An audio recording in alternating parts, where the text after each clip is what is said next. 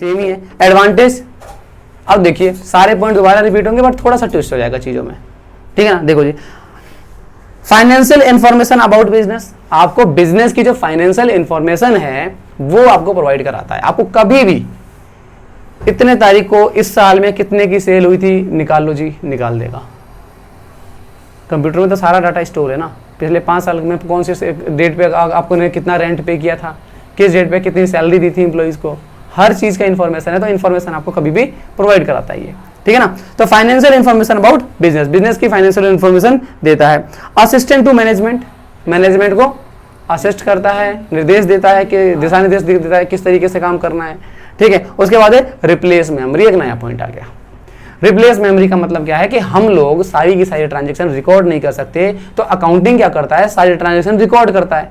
Memory को replace कर दिया ना, हमारी मेमोरी को रिप्लेस करके अकाउंटिंग आ गई वहां पे, और वो सारा का सारा डाटा स्टोर करता है।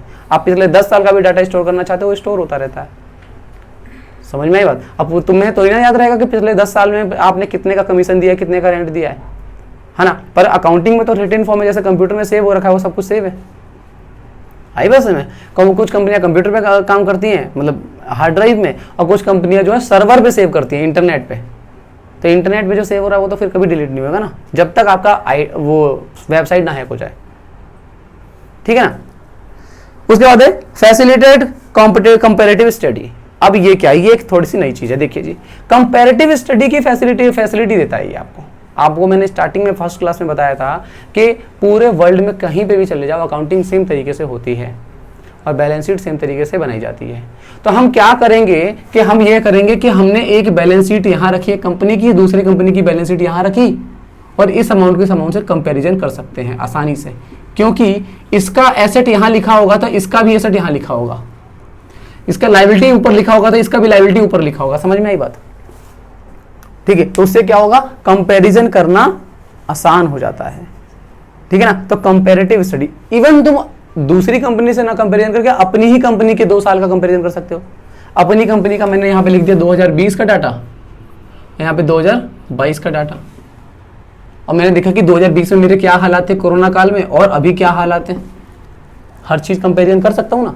तो क्या है, कंपैरेटिव स्टडी देता है आपको ये। समझ में आई बात, ठीक है। अगला है facilitate settlement of tax liability.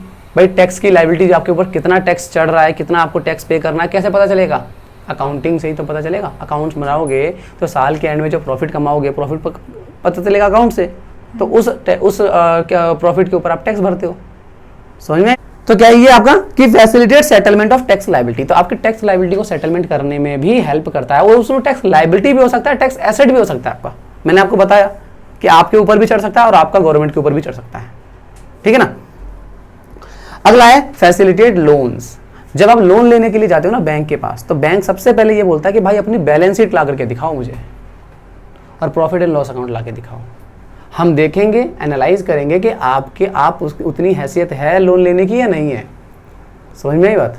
तो बैलेंस शीट या अकाउंटिंग इंफॉर्मेशन जो है, अकाउंटिंग फाइनेंशियल स्टेटमेंट जो है, वही देख करके तो आपको लोन मिल रहा है, ठीक है।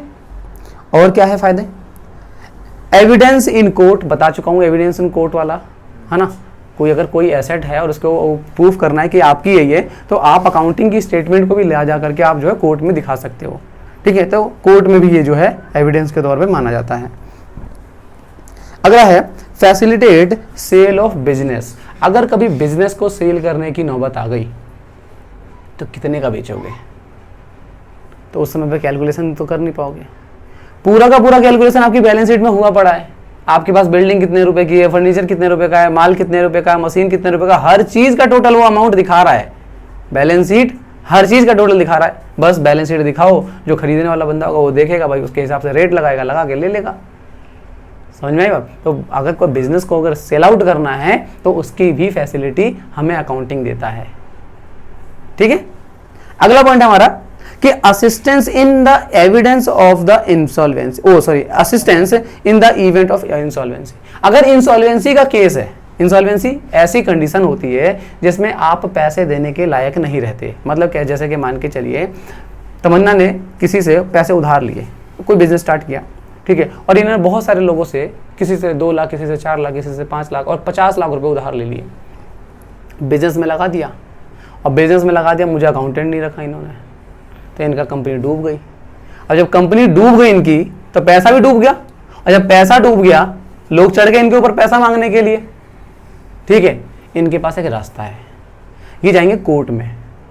अब कोर्ट में जाकर के बोलेंगे कि भाई साहब मैं अब इस हालात में नहीं हूं कि मैं इनके पैसे दे पाऊं, मैंने बिजनेस में पैसे लगाए थे और मेरा बिजनेस ठप हो गया। समझ में आई बात? अब बिजनेस ठप हो गया इनका, ठीक है, गवर्नमेंट कोर्ट कहेगा कि भाई चलिए एविडेंस चेक करते हैं, कमेटी तैयार की जाएगी, इनका चेक किया जाएगा कि एक्चुअल में पैसे डूब गए क्या, कहीं ऐसा तो नहीं इन्होंने ये गवर्न कर लिया, इन्होंने किसी और को दे दिए पैसे और चुपचाप बैठ कर बोल रहे कि भाई डूब गए पैसे। ठीक है, चेकिंग हुई, रीजनेबल लगा कि हाँ भाई पैसे डूब गए बिजनेस के।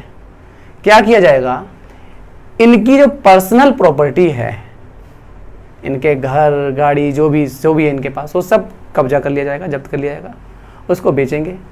बेच के मान के चलो 2 लाख 3 लाख जो भी इकट्ठा हुआ, उसमें से प्रपोर्शनेट बेसिस पे सारे के सारे क्रेडिटर को कुछ ना कुछ पैसा बांट दिया जाएगा।